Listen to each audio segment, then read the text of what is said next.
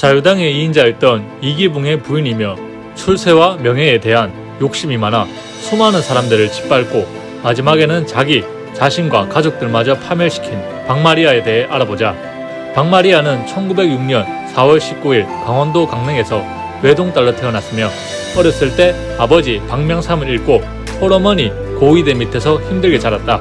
어머니 고이대는 감리교 목사 종춘수의 가정부로 일하면서 독실한 기독교 신자가 되어 전도사를 맡아 했지만 돈이 넉넉치 않아 외동딸인 박마리아 하나 키우기 어려운 상황이었다.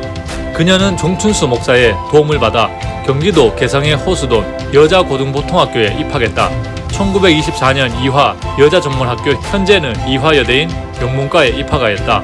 박마리아는 대학 시절 공창제의 폐지, 금주와 금연 등의 사회운동에 적극 참여하였고 이때부터 사회운동가, 신여성, 야망가로서의 성향을 드러냈다. 1928년 수석으로 영문과를 졸업한 박마리아는 모교로 돌아가 교사로 지냈다. 그러던 중 당시 이화여대의 교장이자 교사였던 아펜젤러가 추천서를 써주어서 미국으로 유학을 가게 된다. 1932년 테네시 주 스카릿 대학을 졸업한 뒤 같은 해 벤더빌트 대학교에서 석사 학위를 따고 귀국했다. 귀국한 후에는 이화여대에서 영어를 가르쳤고 1935년 유학 시절에 만난 이기붕과 결혼을 했다. 동시에 기독교 여자청년회에서 총무로 10년간 활동하였으며 이 시기에 장남 이강석, 장녀 이강희, 차남 이강욱을 낳았다. 일제강점기 말기인 1942년 김환란, 모윤숙, 노천명, 박순천 등과 함께 조선임전보국단 부인대라는 친일 단체를 결성하였다. 이들은 전국을 돌면서 한국신민, 내선을 체를 외치면서 정신대 모집과 국방헌급, 헌납 등의 활동을 하였다. 이 무렵 한국어를 할 줄 모르는 이승만의 아내 프란체스카가 당시 여성 정치인 임영신과 불화가 있었는데 임영신이 이승만에 대한 충성심이 강해서 도남장을 들락달락거리자 임영신과 이승만이 불륜관계다. 임영신이 안주인을 차지하려고 한다는 등 소문이 났다. 그게 해외에 있었던 프란체스카의 귀에 들어가 급히 귀국하였고 임영신의 도남장 출입을 금지시킨 틈을 타서 박마리아는 프란체스카 여사에게 유창한 영어 실력과 싹싹하게 굴어 친목을 형성하였다.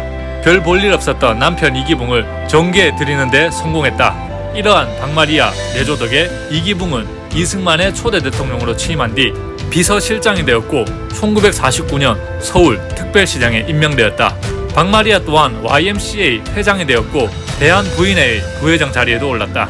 이후에도 박마리아는 프란체스카의 절대적 신임을 등에 업고 남편 이기붕을 자유당의 2인자로 자리를 굳혀주었다. 1951년 이기붕은 국방부 장관으로 국민방위군 사건을 나름 깨끗하게 처리하면서 인기를 끌어 자유당 의장 자리에 올랐다. 드디어 그녀의 남편 이기붕은 권력의 최중심에 안착한다.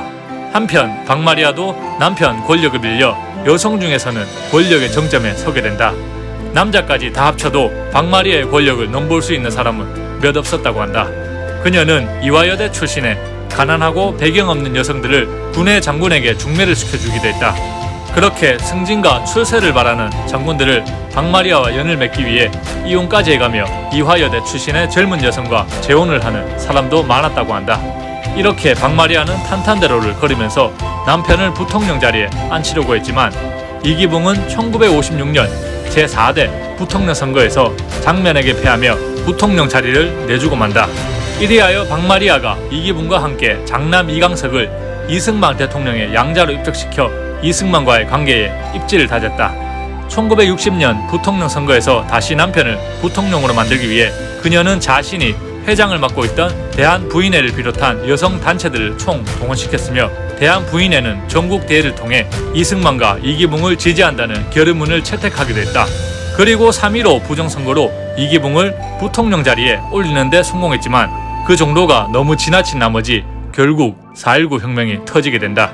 그렇게 4월 26일 이승만은 하야하게 되면서 하와이로 망명을 떠났고 한국에 남아있던 박마리아와 이기붕 일가는 대중의 비난을 한몸에 받았다. 이후 모든 공직에서 사퇴하였으나 1960년 4월 28일 아들이었던 이강석에 의해 일가족이 모조리 총에 맞아 살해당한다. 이강석 또한 자살하는 참혹한 최후를 맞이한다. 3분 역사를 구독해주시면 내일 새로운 이야기를 여러분들께 전달해드리겠습니다. 시청해주셔서 감사합니다.